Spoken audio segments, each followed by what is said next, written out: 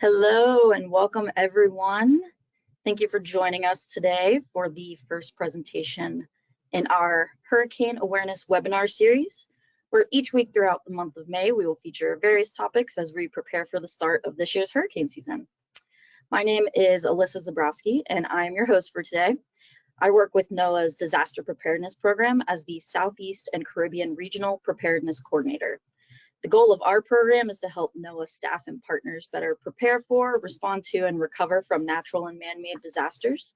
And as someone who gets to work in this region, I'm also a member of NOAA's Southeast and Caribbean Regional Team, who is presenting this series. SECART, as it is better known as, is one of 8 regional teams across the country working with both NOAA staff and partners throughout the United States to foster stronger collaborative ties and improve NOAA's regional capabilities and services. Facilitating this webinar, we have the regional coordinator for SECART, Catherine Egan. If you want to go ahead and introduce yourself real quick. Yeah, absolutely. Thanks so much, Alyssa. Hi, everybody. Like Alyssa said, I'm Catherine Egan. I'm the Southeast and Caribbean Regional Coordinator. I'm going to provide a couple links here in the chat so you can learn a little bit more about the Southeast and Caribbean Regional Collaboration Team as a whole. So our first link here is all about SECART, and then we're also going to drop another link here for you all so you can see what future hurricane awareness webinars are coming up in our series. So thanks, Alyssa, and thank you all again for joining us today. And with that, I'll pass it back off to Alyssa to finish out our logistics. Great. Thank you, Catherine. A few quick reminders before we get started. So all participants are muted throughout the presentation, but please send us your questions in the chat box and we will answer those at the end. We do have quite a bit of people joining us today, so some slides might be delayed depending on internet connections. And then finally, we will be recording this webinar, and at the end of our series, we will put the links to watch all of these webinars on that website that Catherine just shared. So with that, I'll go ahead and introduce our speaker for today. We're going to hear about the lessons learned from 2023's hurricane season and what's new for 2024 from Robbie Berg. And Robbie is the Warning Coordination Meteorologist at NOAA's National Hurricane Center in Miami, Florida. As the Warning Coordination Meteorologist, Robbie provides impact-based decision support services to emergency managers, media, and other partners, both domestically and internationally, during tropical weather events. He plans and coordinates the National Hurricane Center's outreach and training activities and makes tropical cyclone forecasts during the hurricane season. In addition, Robbie leads the NHC's efforts to infuse social science and risk communication concepts into hurricane forecasting, products and services, and outreach. So thank you so much again for being here today, Robbie. And with that, I will pass it over to you. Okay, great. Thanks for the introduction. Just can you confirm that you can see my slides? Yes, I can see your screen. Awesome. Okay, great. So just move this out of the way. Great. So thanks everyone for joining us this afternoon. Really glad to be talking with you all, talking about last year's hurricane season, lessons that we've learned from the season, and hopefully lessons that you can take away as well. And then we'll take a look at the upcoming hurricane season and some of the new products and services that we'll be offering from the National Hurricane Center and the National Weather Service. But before we begin, I kind of want to take you through a scenario. So bear with me through these few slides here. And I want, in this case, this scenario, for you to assume that you live in Miami, Florida, whether you're just a resident there, or you're a public official there, or you're media there. Just assume that your area of work or where you live is Miami, Florida. And let's say that you've gone to the Hurricane Center website, you've turned on the TV, and you're seeing all of a sudden a tropical depression has formed, sort of just off the north coast of Jamaica to the south of Cuba there. And that's the 4 or 5 day forecast. So in this case, let's call it Tropical Depression 13. The forecast is for the storm to intensify a bit across eastern Cuba, but then as you see there on the map, the atmospheric conditions don't look all that favorable. And so we're forecasting the system to actually weaken back to a tropical depression by day 5. If you were presented with this forecast, and again, you live in Miami, how would you respond? What kinds of decisions would you be thinking about for a particular storm like this? Would you not be concerned because you're just outside the cone of uncertainty? Would you be concerned because you know that storms often have a mind of their own and they don't often behave as is being forecast? So just be thinking about in your mind how you might respond to this initial forecast for a tropical depression.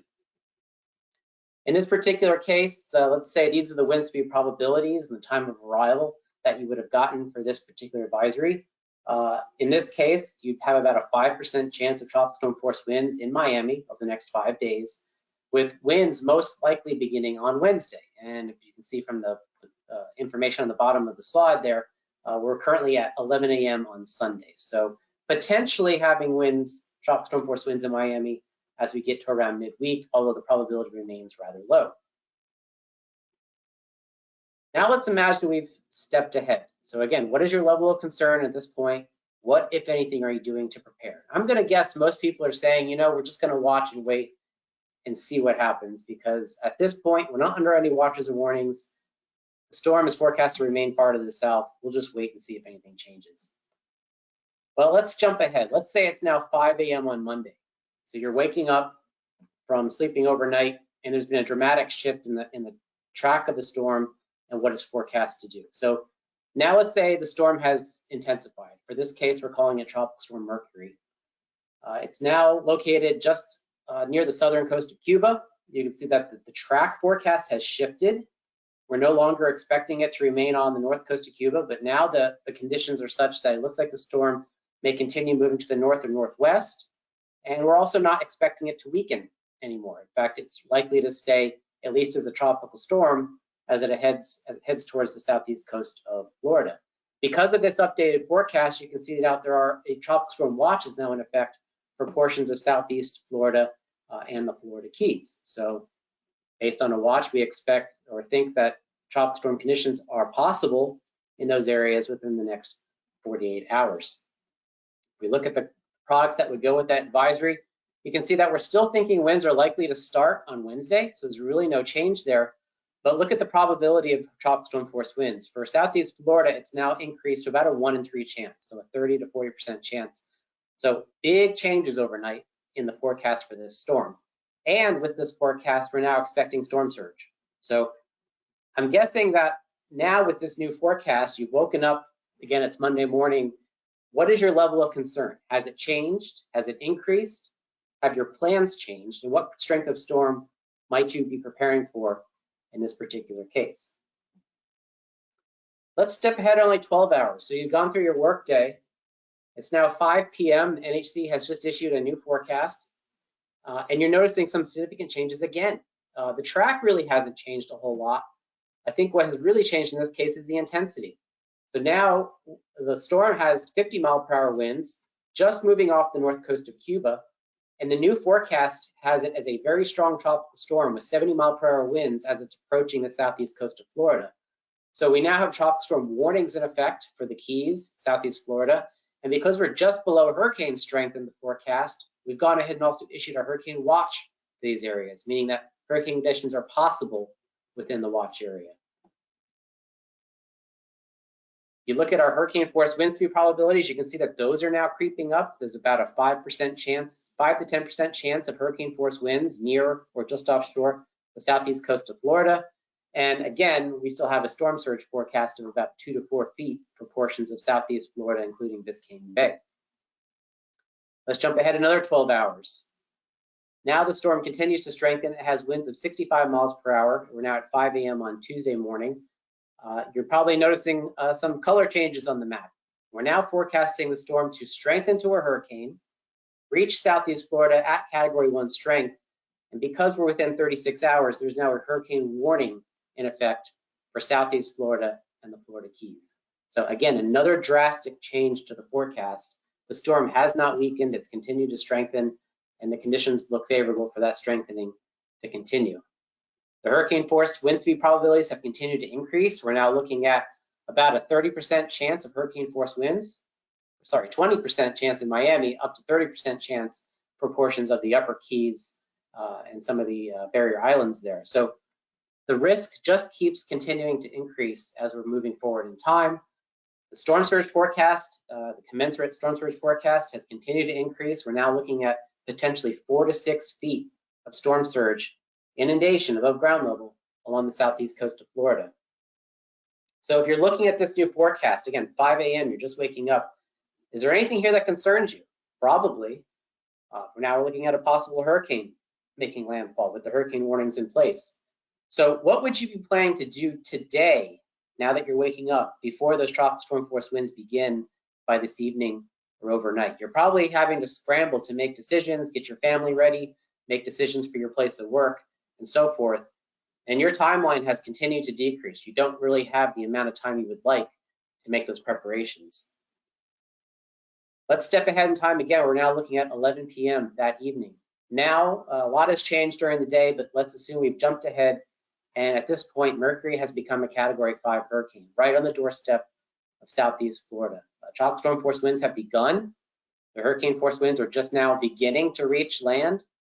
Again, a potentially catastrophic Category 5 hurricane about to make landfall in a major metropolitan area in the United States.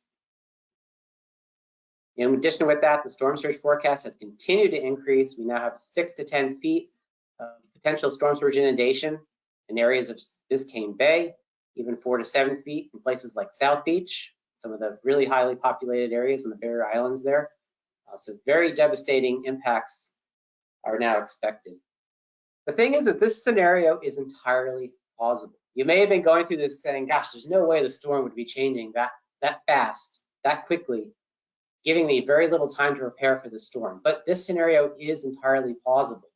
In fact, it's so plausible that it's an exact replica of what Hurricane Otis did last year when it hit Acapulco.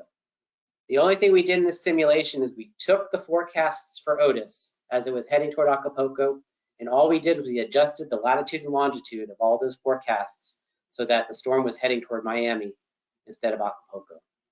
So yes, this scenario is entirely plausible. Yes, it's entirely plausible that a Category 5 rapidly intensifying storm could approach a major metropolitan area in our country, in the United States, or anywhere else across the Caribbean or Central America for that matter. And the question is, are we going to be prepared for that event? Obviously, the residents, those in Acapulco, did not have the time they needed to really effectively and fully prepare for the storm.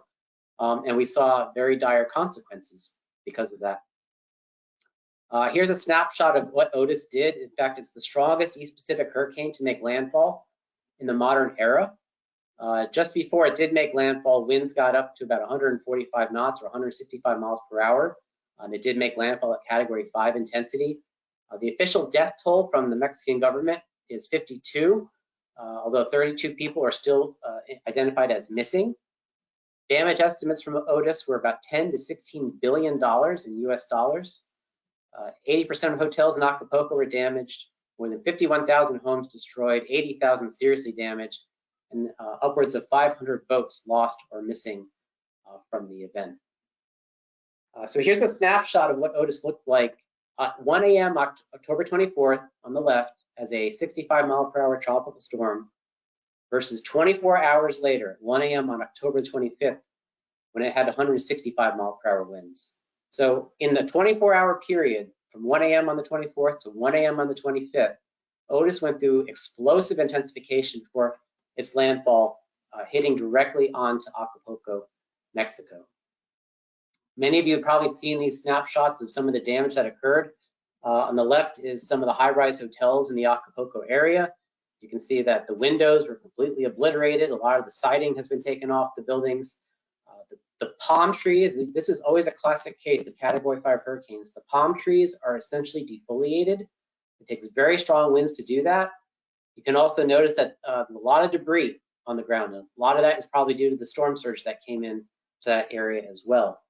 On the right side is image from the harbor, from the bay there in Acapulco. You can notice a lot of debris in the water, including a lot of boats that were sunk from the storm surge and the strong winds. Here's a few more damage photos. Again, a lot of trees taken down, a lot of windows blown out in those high rises. The bottom figure too, there was a lot of rain that occurred with the storm. So we've talked about wind and storm surge, but there was also a lot of very heavy rainfall in an area where there's very mountainous terrain. So all that water just flowed down into the streets of Acapulco, causing a lot of rainfall flooding and mudslides as well. And you can see the consequences there with a lot of those vehicles tossed around and damaged in the streets. So how was the forecast for Otis? Well, On the left is a snapshot of, in blue, are all the official track forecasts that were issued by the National Hurricane Center. In black with the red symbols is what actually occurred, the path that Otis actually took as it approached the coast of Mexico. And I think what you'll notice is that the NHC track forecasts for Otis were actually really good. For many cycles in a row, we were forecasting a potential landfall in the Acapulco area. The tracks were nearly on top of one another for a day or two as the storm was forecast to head towards the coast. And they lie very close to the ultimate track of the storm. So I think that's the success there, in that once the storm formed, we were pretty confident in where the storm was going to go. The intensity was a whole nother matter. On the right side, you're looking at a very similar figure, except we're looking at intensity, where the blue lines are the NHC intensity forecasts, and the black line is what actually occurred with Otis's intensity. And what you'll notice is that in the first few days of Otis's existence, the blue dashed lines never really got much above tropical storm strength or even maybe Category 1 intensity. And that's about as much as we were forecasting for Otis to get its strength before it reached the coast. But what you'll notice is that at some point on the 24th, Otis went through a very explosive rapid intensification, where it went from that strong tropical storm, Category 1 hurricane, all the way up to Category 4 and 5 intensity in less than a day. And NHC's intensity forecast attempted to respond to that. By late on the 24th, we about got that, but we did not get that intensification in the forecast before it actually started happening. So that's a miss, unfortunately, and it's not something that we saw. It's not something we saw in the model guidance we use. People say, well, didn't you know the water temperatures were warm? But water temperatures are warm off that part of Mexico all the time in the summer. So there had to have been other circumstances in play that allowed that storm to rapidly intensify. And to prove to you, these are some of the models that we use when making intensity forecasts. On the left side are some of the Weather Service's new regional dynamical models, HAVS A and HAVS B. Looking at the same similar plot, you can see that neither of those two models really saw the rapid intensification starting on the 24th. On the right side is some of our statistical dynamical models. They too didn't really see that explosive intensification. So, as a forecaster, we can see that the environment may look favorable for rapid intensification, but we still do rely pretty heavily on the models that we use to capture these events and give us signals that rapid intensification may be in play. So what I'm showing you here now is a little complicated of a diagram, but I'll explain it to you. Hopefully it'll make sense. I'm trying to show the progress in forecasting rapid intensification. So on the left side is the years from 2015 to 2017 for all the instances where rapid intensification was forecast or actually observed. And what ideally you want to be is right along the thick black line that's at 0 knots of forecast error. So the 0 black line would be a perfect forecast. What you're noticing is that for all of these forecasts that were made in those years, the distribution tends to lie to the left or lower than that 0 line, meaning that on average, during rapid intensification, NHC's forecast had about a 20-knot low error. So we were forecasting storms to be too weak when they were going through rapid intensification. And you can see that only in very few cases were we higher than the 0 line. For the most part, we were lower. Moving on to the right side is the more recent years of 2021 to 2023. And I think what you can observe is that the distribution compared to about 8 years ago has been gradually shifting to the right, closer to that thick, solid line at the 0 knot forecast error. So what this means is that NHC forecasters have been getting more and more skillful at anticipating rapid intensification events, and we've been forecasting them more often. The bulk of the distribution still lies a little bit below that 0 line, but it's not quite as low, and there are more forecasts that are now ending up a little bit too high. So we're getting more confident, actually getting more aggressive in forecasting these events. But what do you notice on the far left side of that diagram? There's 2 little bars there, which are both forecasts from Hurricane Otis. So even though on the whole, our forecasts for RI have been getting better, Otis was a case where we were all just caught off guard and did not see that event occurring. And in that case, we ended up having forecast errors of 70 to 75 knots too low. So yes, we're getting better. It's great to see these trends, but it doesn't take away from the fact that we may still have these RI events happen that aren't fully expected. And this is the problem. Here's the challenge, is that a lot of the strong storms that have hit the United States over the last 100 years were all tropical storms only 3 days before landfall. And this map shows you a snapshot of all those storms. So what does this mean? It means that we don't often have days to watch a storm laboriously cross the Atlantic Ocean, and we can just prepare and get ready as that storm crosses the Atlantic. What it means is that these really devastating storms that hit the country may actually be forming close to our doorsteps down in the Caribbean and the Gulf of Mexico, and they may not give us all that lead time that we really want to get ready. In fact, for all these storms, the average time between the storm becoming a hurricane and making landfall in the United States is about 50 hours. So that's about 2 days or so. So it's only about, on average, 2 days before the storm becoming a hurricane and then making landfall as one of these major Category 4 or 5 storms. So I challenge you to think about these cases. I challenge you to think about the Otis case. What will we do as a country if we're posed with a very similar situation where a storm like this is threatening a major metro area, such as Miami or Tampa or New Orleans or Houston, or even up the East Coast of the United States?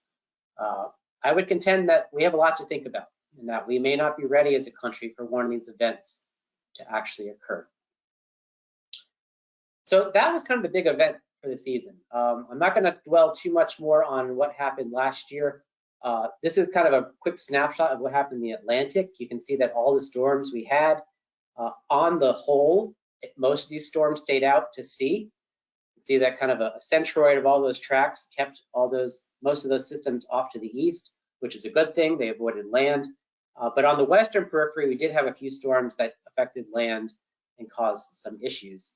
One thing I'll note about last year is, if you remember, before we got to the season, there were forecasts of El Nino, forecasts of the season maybe being about normal.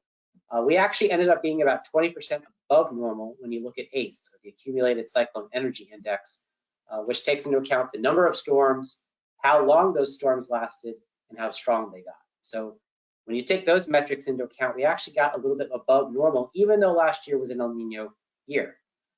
All that's to say is that you probably heard the dire warnings about what's to come this hurricane season, with a potential La Nina developing that could potentially increase the numbers of storms this year. But we don't know yet. We don't know where those storms are going to move. We don't know what kind of risk they may actually pose to land areas. So all that's to say is we need to be ready this hurricane season, just like we would at any other hurricane season, because it only takes that one storm to hit your city, your locality, and it's a bad year for you. So as I continue forward, looking at last year's preliminary stats, we had 3 storms that really kind of took lives in the United States. Idalia was the big one. We had 8 direct, 4 indirect deaths from that storm. Most of those occurred from surf and rip current deaths, about 8 of those, and actually all 8 deaths from Idalia came from surf and rip currents. We had 1 in Florida, 3 in North Carolina, 3 in New Jersey, and 1 in Delaware. We also had some vehicle accidents in Florida and some cleanup tree accidents in Florida and Georgia. Hurricane Lee was not a storm that directly affected the United States. It made landfall as a post-tropical cyclone in Canada, but it did cause 3 direct deaths, with 2 from surf and rip currents, 1 in Maine actually from wind, and then on the other coast, Hurricane Hillary, which actually became post-tropical before it reached California. The heavy rainfall preceded the event, and we did get 1 death from freshwater flooding in that state. So as we tend to see every year, the bulk of the deaths that we get from tropical cyclones tends to be from water. It's not from wind, although we do have some wind-related deaths. The bulk of those deaths tend to be water-related, and that can be from storm surge, freshwater flooding, or surf and rip current deaths. So I think that's the take-home message here, is that water continues to be the biggest killer in these events. I don't have time to really go over all the different storms from last year that did affect this country, but I did want to point out Idalia. Obviously, that was the most impactful for the United States. It was a major hurricane when it made landfall, so I did want to touch on that briefly. Just to refresh your memories, Idalia made landfall near Keaton Beach, Florida on August 30th. On the right is a radar loop from that storm. Landfall intensity was 115 miles per hour, category 3. The highest wind report we actually got from Idalia was a 72 mile per hour wind with a gust to 81 miles per hour at Horseshoe Beach. There was also a gust to 85 miles per hour at Perry, Florida. You know, we often get questions about, you're saying the storm is category 3 intensity, 150 miles per hour, but you didn't actually observe those winds. And that's not uncommon. We don't have a dense enough network of observations over water or even over land to actually measure the peak winds in a hurricane. But because of the data we get from the hurricane hunters, we know what those winds are. We had aircraft flying into Idalia as it was approaching the coast of Florida. And in about 6 to 12 hours before it reached the coast, the Air Force and NOAA were able to measure winds as high as category 3 strength just before landfall. In fact, before landfall, it was up to category 4 strength. So we know the winds were there. We're just lucky that the storm was beginning to weaken as it approached the coast. And because it's a generally sparsely populated area, we just don't have the observational network to measure those winds in place. Storm surge, we saw about 8 to 12 feet of storm surge above ground level, parts of Big Bend of Florida. Rainfall was about 7 to 10 inches. The highest rain actually occurred farther to the northeast in South Carolina, where we had about 13.5 inches. 12 tornadoes, again, resulting in 8 direct fatalities and $3.6 billion in damage. Going through some of the forecasts for Idalia, one of the tricky parts of the forecast was Idalia's genesis. If we look back at the tropical weather outlook that was issued by the hurricane specialist unit, you can see that the pre-Idalia disturbance was actually only introduced in the tropical weather outlook less than 3 days prior to formation. Now, the area that we outlined ended up being correct, but there really was not much of a signal before 3 days at that time that Idalia was actually going to form. So we had a relatively short lead time in the system entering the tropical weather outlook. However, once it did enter the outlook, then the signals started coming in really strong, and the specialists ended up increasing the probability of formation up to 70% about 2 days before formation occurred. So while we didn't have a whole lot of lead time in the few days prior to that, once the system entered the outlook, we became very certain, very sure that development was going to occur, and it was likely to be a significant event. Looking at the track forecasts for Idalia, much the same as Otis, the track forecasts from the Hurricane Center are really good. The blue lines, again, are the separate forecasts that were issued by the Hurricane Center. The red symbols are what actually happened with Idalia, and you can see that the actual track of the storm pretty much was co-located with all of the forecasts that were put out. In addition, NHC's track forecasts were consistent. They were consistent in showing Idalia making landfall somewhere in the Big Bend area. And this helps to get the word out for residents in those areas that they were potentially at risk of getting the storm. In fact, the along track spread, if I was to take all the different forecasts that were issued, the spread among those track forecasts was only about 75 nautical miles. So that's a pretty good forecast. Just like Otis, again, Idalia went through rapid intensification. Here are 2 snapshots of the storm 24 hours apart, 2 a.m. on the 29th when it was a 70 mile per hour tropical storm versus 2 a.m. on the 30th when it had gone up to a 120 mile per hour storm and it was approaching the coast of Florida. So again, rapid intensification also occurring with this storm. Kind of separate or distinct from Otis, however, is that the forecasts of intensity for Idalia were actually really good. So NHC successfully indicated the potential for Idalia to rapidly intensify to a major hurricane more than 2 days before it reached landfall. And you can see that on the diagram on the left, where what actually occurred with the storm in the black line is right on top of all those separate forecasts in blue that were made by the hurricane specialists. So right from the get-go, the specialists had an understanding and made the forecast that Idalia was going to strengthen rapidly to a major hurricane before it reached Florida, and that indeed is what happened. So a forecast showed a peak intensity of 115 to 103 miles per hour early on August 30th, and the peak intensity was actually 130 miles per hour at 5 a.m. that morning. Then going with that forecast for the track and the intensity, the storm surge unit at the Hurricane Center put out an aggressive forecast of 8 to 12 feet of storm surge above ground level for portions of the Florida Big Bend. And that's actually what verified as well. On the left, what you're seeing is an analysis of the storm surge which occurred along the west coast of Florida after the storm. The highest surge occurred in the area from Keaton Beach to Steinhatchee, again 8 to 12 feet. But we did have very high storm surge values that extended all the way down the coast to the Tampa Bay region as well. So based on the hindcast that was created by the storm surge unit, it was determined that about 41,000 people lived in the storm surge warning areas in Taylor, Dixie, and Libby counties alone, yet we had no storm surge fatalities.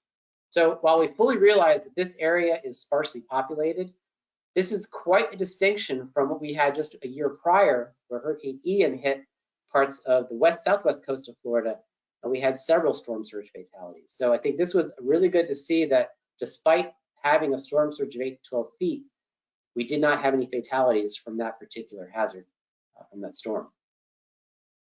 And to show you how severe the storm surge was in these areas, what you're seeing is two different snapshots of the Horseshoe Beach area before the storm and then during the storm when the storm surge had come in. I think it's pretty striking here. If you look in the background, you can see some of the houses on stilts. You can see the trees there in the foreground. And in the second image, you can see how high the storm surge got from that event. So again, it's miraculous. It's great that people listened to the forecast, listened to the warnings, evacuated those areas when they were told to do so, because if people had stayed in that type of event, in that type of scenario, they may not have survived. So it was really gratifying to see that people obeyed those orders. So going back to the season as a whole, we take a look at our forecast track and intensity errors for the storms last year. What you're looking at here is in blue are the track errors for the official forecast, and the red salmon color is the intensity forecast errors. So not really many records for accuracy broken last year. We did break the intensity error at 12 hours at 4.3 knots. But that's really the only record that we saw from last year. Now, what's intriguing about the stats from last year is that Tropical Storm Philippe alone caused about a 20 to 25% increase in the average track error for the season. So if we had taken Philippe out of the database, out of the statistics, then we would see the dashed or dotted line there, as you see on your screen. Those would have been the track errors for the season as a whole. So one storm alone caused a significant uptick in the track errors for the season, and that's pretty striking. The reason for this, though, and we tend to see this every year, is that track forecasting for weak storms is much more difficult than when you're forecasting the track for a hurricane or major hurricane. And you can see that here on the slide here. So for storms that are 50 knots or higher from the get-go, that's shown in the red line. That's the forecast track errors. If we just look at the storms that start out at 50 knots or below that, I should say, that's what we have with the blue line. So you can see it for these weak storms, these weak tropical storms, the forecast track errors tend to be worse. They tend to be higher. So there's a clear signal that track forecast errors for initially weak storms are much larger than for strong tropical cyclones. In fact, the errors are more than 40% higher by day 5. And Philippe was a particular storm that never got above about 45 to 50 knots throughout its entire lifetime. And because of that, it ended up being a very tough storm to forecast. I don't have the slides to show you what it did, but for days on end, the forecast was for the storm to recurve, turn out northward over the central Atlantic. But because it remained a fairly weak and sheared storm, it kept moving west until it eventually affected parts of the Leeward Islands. Again, as a minimal tropical storm, but still causing some impacts there. So just be aware of this statistic, that when we're starting out with developing storms or storms that don't seem to get their act together, it can be a little bit more difficult to forecast the tracks for those storms, just because their structure is not as well defined as for those of a stronger hurricane. Now, one thing I want to point out about the Hurricane Center's forecast is it's not just about how accurate they are, but it's also about how consistent they are. Consistency is really important for trust.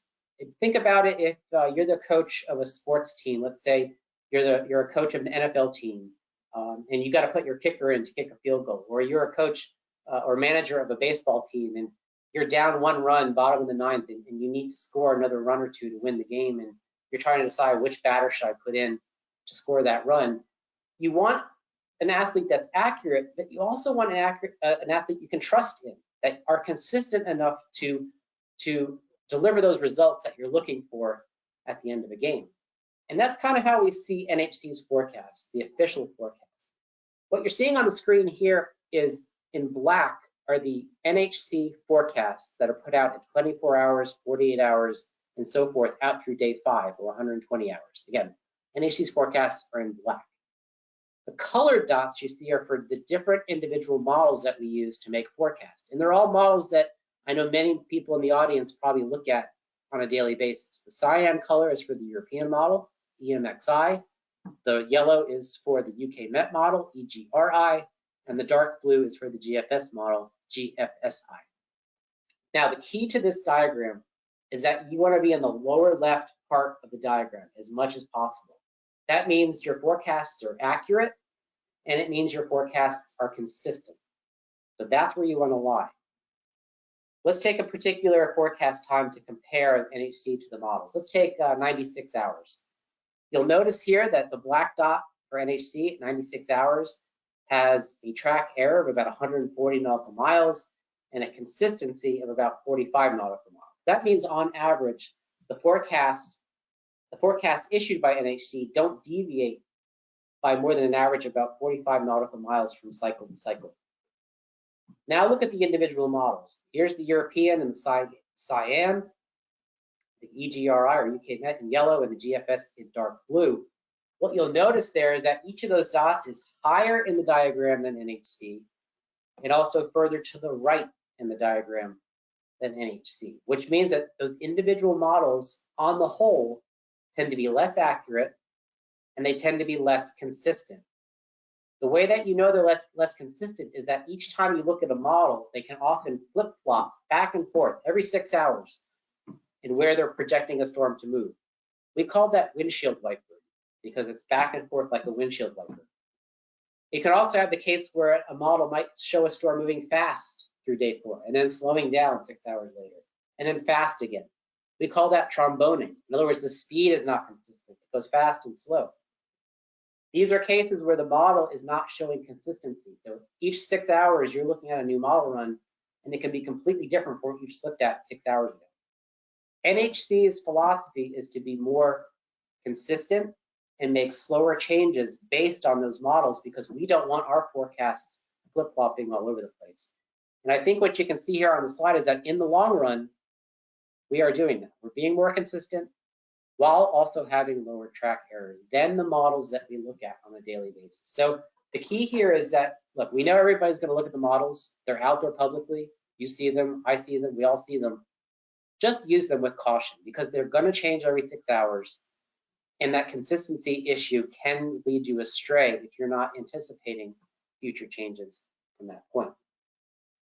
Now, I know some people may be thinking, okay, that's great. You're looking at these models, but we know you as forecasters use what's called consensus models. In other words, you take averages of these models, they tend to perform better than the individual model itself. And that's perfectly correct. We do use consensus models, but we're actually seeing that our forecasts are even more consistent than the consensus models.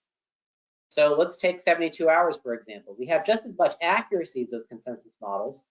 The track error is about the same, but look how the NHC forecast in black is to the left of some of the other consensus models that we use. So even though those averages tend to help us make that forecast, even they too can have more consistency issues through the 5-day forecast period. In fact, look at 96 hours, you can notice there's a pretty big gap between the official forecast and the consistency for some of those models. So yes, the consensus models help us out, make a better forecast, but even then, the forecaster at NHC is still providing consistency to the forecast, which hopefully can help provide you some more trust in that forecast when you're getting ready to make the forecast itself.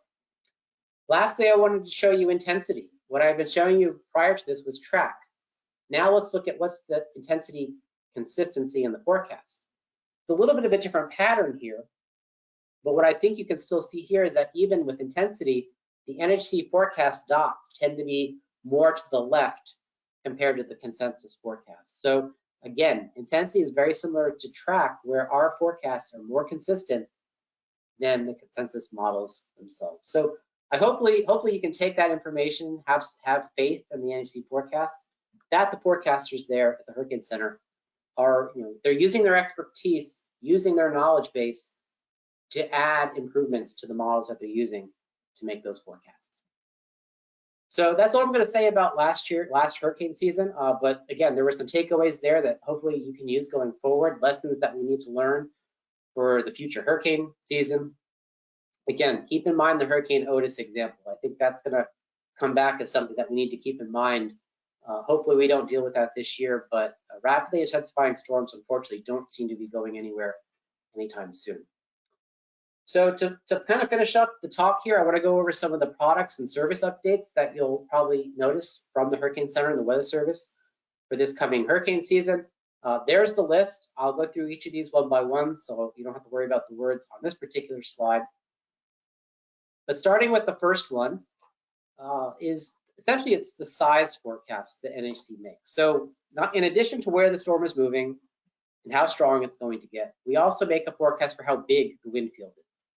And those wind field forecasts have historically stopped at day 3. We weren't making forecasts for size on days 4 and 5. We've been doing that internally in the Hurricane Center for the past few hurricane seasons to test it out, see if we have any skill. And it does seem like that we did have skill over the past few years. So we're comfortable in now making those forecasts public. This is an example of our TCM product, which pretty much just lists out all the particular forecast parameters through day 5. And what you'll notice this year is that at days 4 and 5, you will now have the 34 knot or tropical storm force radii and the 50 knot radii as well. What you will not see is the hurricane force radii, 64 knots. That is still going to stop at 36 hours, at 48 hours, which is the hurricane watch period. Beyond that, there's just not enough skill in the size forecast for hurricane radii for us to extend that at this point. And at some point in the future, those radii will then replace the climatology and persistence radii that have been used in downstream applications such as wind speed probabilities, WTCM, etc. This is kind of a big change this year, is that historically, Weather Service policy has been that any type of U.S. tropical storm or hurricane watch or warning or storm surge watch and warning that is issued in the United States had to be issued on a full advisory. In other words, the advisories that come out at 5 a.m. Eastern, 11 a.m. Eastern, 5 p.m. and 11 p.m. Eastern, those were the only advisories where we could actually issue a U.S. wind or storm surge watch and warning. That is changing this year in that we can now issue those watches and warnings on intermediate advisories. So the 2 p.m., 8 p.m., 2 a.m., 8 a.m. advisories Eastern time can now include the issuance of U.S. wind and storm surge watches and warnings. We think that and anticipate that this will mostly be used for the expansion of watches and warnings along the peripheries of an event, or if we have low end events, so that we don't actually have to issue a full special advisory. But we do think for some of the more major events, we can retain that right of issuing a special advisory if there's a significant or unexpected change to the forecast and we want to get that message out. One of the biggest benefits I think that we'll see from this is that whenever we issue a hurricane warning or a storm surge warning, it automatically sends out a WIA alert on people's cell phones if they're within those warning areas. So this often became a problem if, let's say, you're in Central Time Zone, the forecast advisory comes out at 4 a.m. and people are getting woken up at 4 a.m. with a WIA alert on their cell phone. So we knew that that was an intrusive time. There are some cases where it's not urgent that the message get out at that time.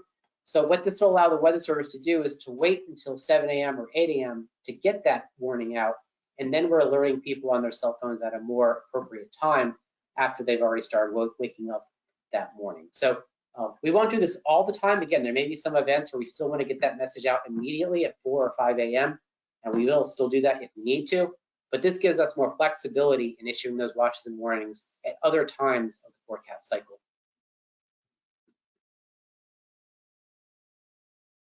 Another change you may see this year is that a broader suite of our text products will now be translated into Spanish.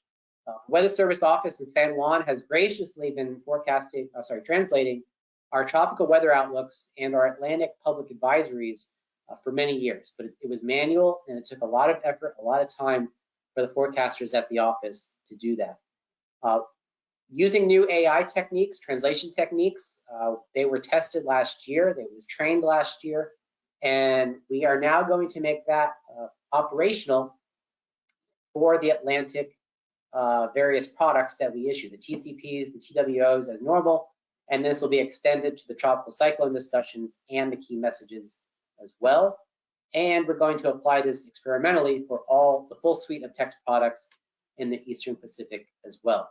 This is part of a broader effort within the National Weather Service to provide translated text forecast products for many products, not just hurricane products. And you can see there, you can get more information if you go to weather.gov/translate. But this is a great step up of the services that we'll be providing because we know such a large constituent in the United States and internationally do get our products in Spanish-speaking countries and Spanish-speaking areas. So a big step up in that particular service. Another change you might see is that sometimes our public advisories can get quite long. This is an example from Idalia last year, where you can see we listed out all the different storm surge forecasts along the coast of Florida and the southeast coast. And because there's so many areas, that storm surge forecast got long. In fact, there was a moment, I think in Idalia last year, where the text product itself was so long that it actually broke our text editing software a little bit. So what we're going to try doing this year is actually inserting web links into the Tropical Cyclone Public Advisory that will direct users to the storm surge peak inundation graphic, peak storm surge graphic, and for rainfall, will direct people to the Weather Prediction Center rainfall forecast that they're issuing. So our goal is to limit what you see in the public advisory to just the most impacted areas from surge and rainfall, while all the rest of that information will be contained in the forecast product itself. Okay, the next one I'm not going to touch on really in depth. I just want to mention that there are some time zone modifications being made to our products for Eastern Pacific tropical cyclones only. No changes in the Atlantic, only in the Eastern Pacific.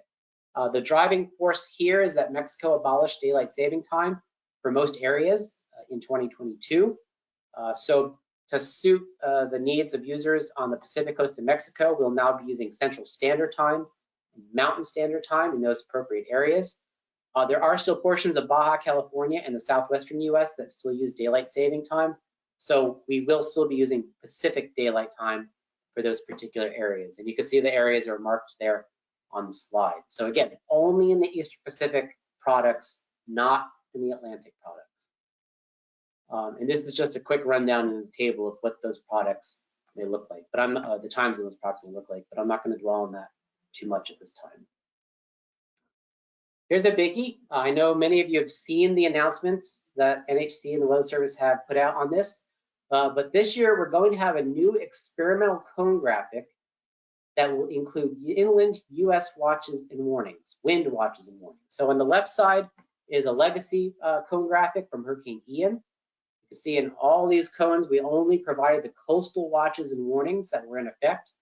But because the WFOs, National Weather Service offices inland, also issue wind watches and warnings for those areas, we are going to start plotting those in an experimental product, as you can see on the right. So our hope here is that this particular product will more effectively communicate the overall wind risk from storms that are affecting the US coastline and inland as well. So we intend to start putting this out about mid-August. There are some things to still figure out technically related, so you won't see them for the first few storms this year if we get affected by them. But once we get to mid-August or so, you will start getting the experimental cone as well. Another product you'll be seeing this year is that the Weather Prediction Center in Washington, D.C. is beginning to produce experimental rainfall graphics for international areas. WPC already issues rainfall graphics for the United States, but they are now going to also be issuing these for international areas. In fact, they started this last year. At the end of the season, We had a potential tropical cyclone 22 that occurred in November, mid to late November, and they did actually issue the first experimental product for that event, as you can see there on the left. So created by WPC, but it will be available on hurricanes.gov. And the intent here will be to make this available for all tropical cyclones affecting the Caribbean, Central America, or Mexico. And this rainfall graphic, the totals you see on here will complement the rainfall forecast that's provided in the tropical cyclone public advisory. So just to wrap up, just to give you guys a quick rundown of this year's storm names. As you all know, we use these name lists every 6 years. They repeat, only retiring names that were severely affected land areas. For this upcoming list, there were two names from 6 years ago, Michael and Florence, that were retired because of what they did in the United States. And the two names that are replacing those are Francine and Milton. But other than that, all the names you see on these two lists for Atlantic and Pacific are exactly the same as they were 6 years ago. So, be safe, everyone, this hurricane season. Despite what the forecast may end up being, NOAA plans to issue its seasonal forecast on May 23rd. But again, be safe, be prepared. Now is the time to start thinking about those preparations. Don't wait until a hurricane's bearing down in your area, and just have good luck this hurricane season. So there's my contact information if you have any questions or information you still need. And with that, I can take any questions. Thank you so much, Robbie. We do have a few questions that came in, so I'll start with a question from Julia. You talked a bit about rapid intensification, but you used the term explosive intensification. Are those two different phenomena or two terms that are interchangeable? Good question. So the technical meteorological term is rapid intensification, and the technical definition of that is a 35-mile-per-hour increase in the winds of the storm over 24 hours. So anytime it's that amount or more, we call it rapid intensification. We only use the word explosive in this case because Otis's intensification was so rapid. It was so off the charts. It's not a technical term. It's not a technical meteorological term. We just, in this case, said it was explosive just because of how sudden, how fast, how severe that change was. But the technical term is still rapid intensification. And Wayne asked a similar question, but he was curious about, are there any indications that you can or will see that give an indication of an explosive intensity event or rapid intensive event? Can you repeat that? I think you blocked out for a second. Sorry. I didn't get the full question. Yeah, absolutely. Are there any indications you can tell us about where it will tell you if a particular storm is going to become an explosive or rapid intensification event? Sure, yeah. So there are key signals that the forecasters are looking for. One, a storm needs to be over warm water. So we know that warm water already fosters a potential intensification. So those really deep warm waters, we look at a term called oceanic heat content, which means it's not just the sea surface temperature that's warm, but it's warm water that extends down into the ocean itself, so that when a storm comes along and mixes up that ocean, it's not cooling it down. It keeps having more warm water to feed off of. So we look for that. There are atmospheric conditions we look for. In other words, low shear is one of those, where the storm wants to be upright, it wants to be solid. If we see an environment where the shear, where strong upper level winds are hitting the storm, that tends to kind of decapitate it, kind of tilts the vortex over. Storms don't like that. So if we don't see really strong shear, it also gives us a signal that, hey, the atmosphere is looking sort of right for that condition as well. Even in the near term, we have ways of looking at different types of satellite imagery to see what the structure of the storm looks like. Sometimes we have data like microwave images that can tell us if it looks like an eye wall might be forming. If we see that that kind of feature beginning to form and the atmospheric conditions themselves look favorable, you start to see the alarm bells going off, like, oh gosh, we're kind of worried about this particular storm. And in addition to that, we have a lot of model guidance that tries to give us those signals as well. So that's, I think, why you're seeing that one chart I showed where it seems to be shifting to the right, because a lot of that's been happening over the past 10 to 15 years. all those new tools we have, the forecasters will be getting more confident in making that forecast because they're seeing these events, they're forecasting these events, and it's giving them more trust in the guidance itself. That makes sense. And speaking of those new products, we had another question from Julia. Can you tell us about the AI product that is being used to translate the advisories and outlooks? I'm not sure I understand it. There's not a product itself. It's just using AI techniques where essentially what happened is, so the technique would translate the product from English. And then we actually had meteorologists at the Hurricane Center and other offices as well that would go and QC that translation, pick out the points where they didn't agree with how the machine learning was translating it. That would get fed back into the algorithm, and that training process continued throughout the season last year. So by the end of the season, enough training had occurred where the products that were getting spit out actually made sense, and people were comfortable with the translation that came out of it. That's pretty cool. And I'm guessing there's more information. If you go to the web link that I provided in that slide, it was weather.gov/translate. There may be additional information on that page as well. Okay, great, thank you. A question from Simon. They were asking if you could explain again a little bit about the wind radii info. Maybe run through a quick example, just in the essence of time. Could you just maybe explain that a little bit for us who aren't forecasters, who may not understand it very well? Yeah, absolutely. So wind radii, all that means is how big is the storm? Is it a small storm? Is it a big storm? And the wind radii, the size is important because that has downstream impacts in the hazards that the storm brings. So for example, a bigger storm will produce more storm surge. So we think about storm surge and how high the water might be, and we know the intensity is important, how strong are the winds. The size is just as important, if not even more important in some cases. So we are making size forecasts. How big is the storm going to be? We've been doing that, say, over the next 3 days, and starting this year, we're going to push that out to 5 days. So that could then downstream give us a better indication of what might the storm surge impact be, what might the rainfall impact be if we know that a bigger storm might have a larger rain field as well. So essentially, we're just forecasting the size of the storm out further in time. That makes sense. That makes sense. We can get to a couple more questions before we run out of time. We have some folks saying thank you for this great information and presentation, so I do want to reiterate that. So for those changes that you were talking about, the AI products, how are you measuring the impact on what behaviors or actions people take in response to those new products? Or are you measuring those impacts right now? That's a good question. That's a question for our social science friends to help us out with. I think we know that there's accessibility issues. We know that we're truly trying to make our products more accessible to everybody, and part of that has to do with language. I think we know there's a need.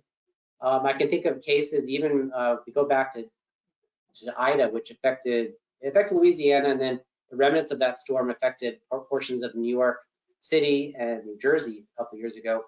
And we had a lot of people that unfortunately perished just from the freshwater flooding from that event. And I think we heard in some of the after actions from that event that there was a lot of people that spoke different languages. It wasn't just English, it was Spanish, and a few others. I think there was French and some other languages as well. So we know that we need everybody to respond to these events, and just providing it in English doesn't cut it anymore. Part of that too is not just in this country, but we at the Hurricane Center also serve a large population in the Caribbean, in Central America, in Mexico, and a lot of those countries either speak Spanish, French, or even Dutch in some of those countries. So we have a responsibility to be providing information to the people in those countries in the languages that they most often speak. That's a good point. And we did get a couple of questions about updates to the Caribbean region, specifically regarding those intermediate advisories you were talking about. Will the Caribbean areas be included in that? So good news there is that the Caribbean areas have always been included in that. So awesome. If you're not aware, that the Hurricane Center doesn't actually issue the watches and warnings for Caribbean, Central American countries, and Mexico. The meteorological services for those countries are responsible for those issuances.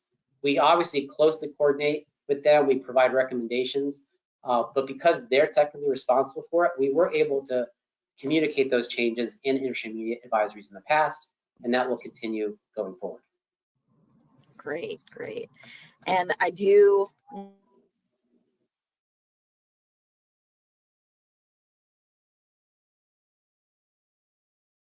want to respect all of our time. We are at 2 o'clock, so I'm sorry if we didn't make it to your question, but I will go ahead just to show some of the next upcoming webinars that we have. Our next one is May 10th at 1 p.m. It's going to be a lot of the same information that Robbie shared today, but in all Spanish. So feel free to share that with Spanish-speaking audiences or partners.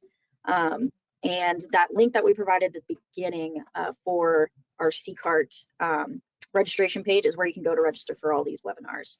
So thank you everyone again for attending today, and thank you so much, Robbie. We really appreciate it. And with that, I hope everyone has a great rest of your afternoon.